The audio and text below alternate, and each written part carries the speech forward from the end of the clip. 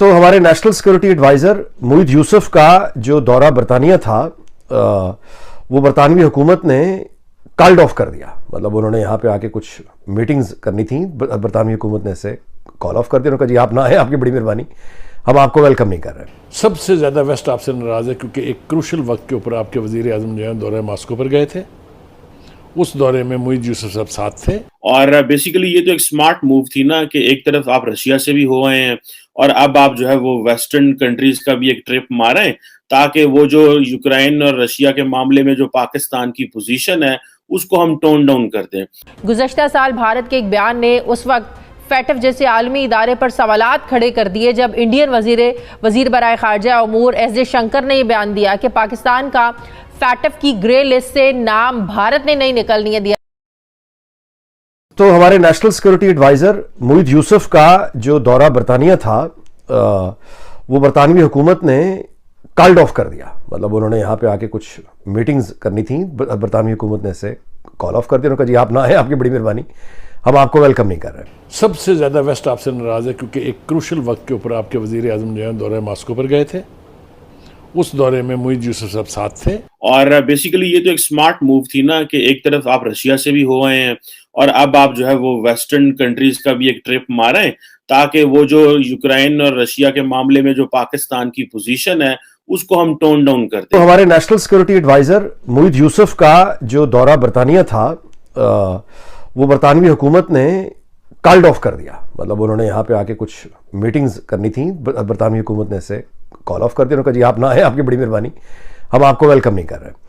थप्पड़ मारा है, दबा के, इसको थप्पड़ कहते हैं सफारती, मतलब इसको आप जो मर्जी कह लीजिए, लेकिन इसका जो एक्चुअल है वो किसी को बुला के रोकना। ये दौरा रूस के सम्राट। अच्छा, अब इस पे दो तरह की आरा सामने आ रही हैं। एक तो जानिब ज़ाहिर है सेन वॉइसेस हैं, जिनको संजीदा लोग हैं, जिनको फ़िक्र है मुल्क की, जिनको फ़िक्र है कि हम क्या पंगेबाजी कर रहे हैं और पाकिस्तान को उसकी क्या कीमत देनी पड़ेगी। और जिन लोगों ने कीमत देनी है वो ये हुकूमत वाले नहीं होंगे, ये भाग भूग चुके होंगे।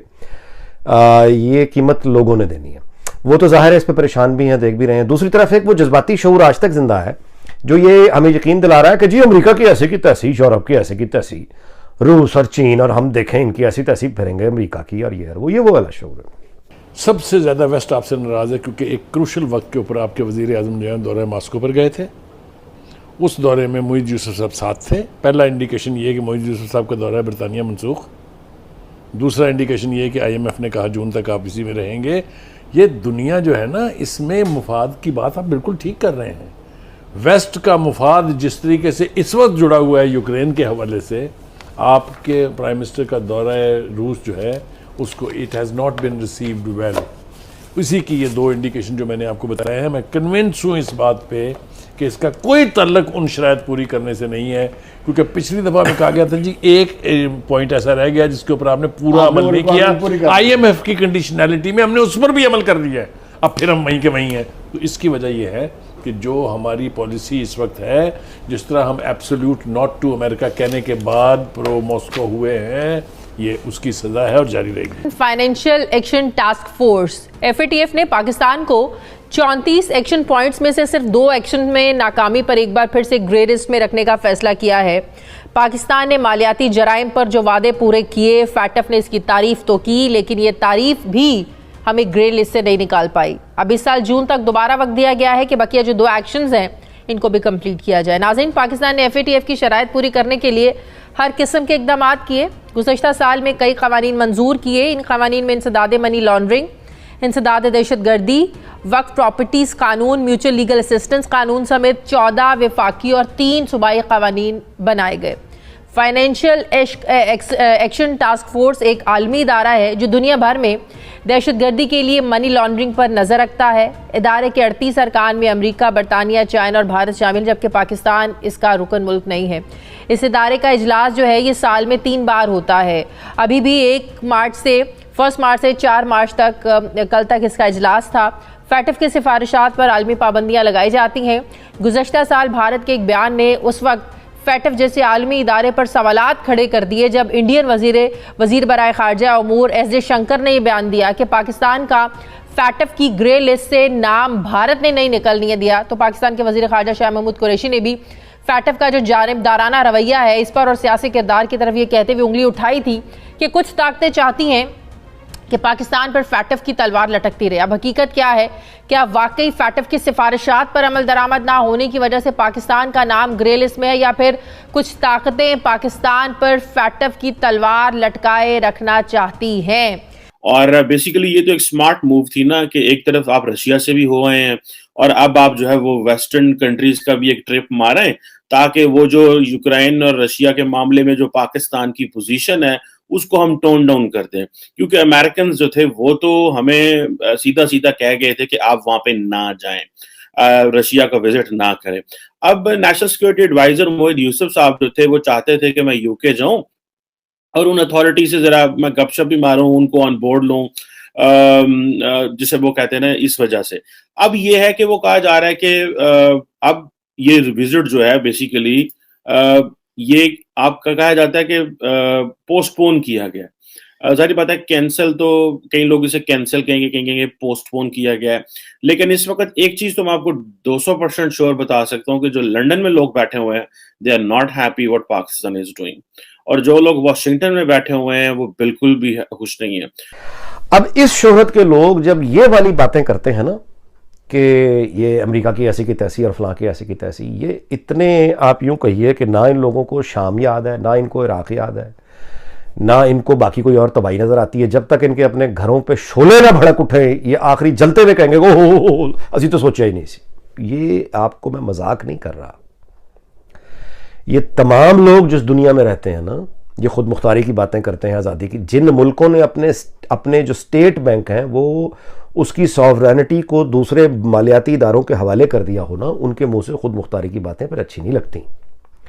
यानी जो हुकूमत अपने मुल्क में बिजली की कीमत का तयन न कर पाए कि वो क्या रखना है, और वो भी बैरूनी इदारों की डिक्टेशन चलनी हो, जो हुकूमत अपने यानी जनरल सेल्स टैक्स यानी इस तरह के जो मामला था, फाइनेंस बिल लेकर आती हो, बैनुल अक़वामी मालियाती इदारों के दबाव पर लेजिस्लेशन करवाती हो, उनके दबाव पर, इस तरह की मुल्क की हुकूमत, इस तरह के मुल्क के लोग ये जो बातें करते हैं ना खुद मुख्तारी की, ये उनको ज़ेब नहीं देती। ये बातें, ये झूठ है, ये झूठ है।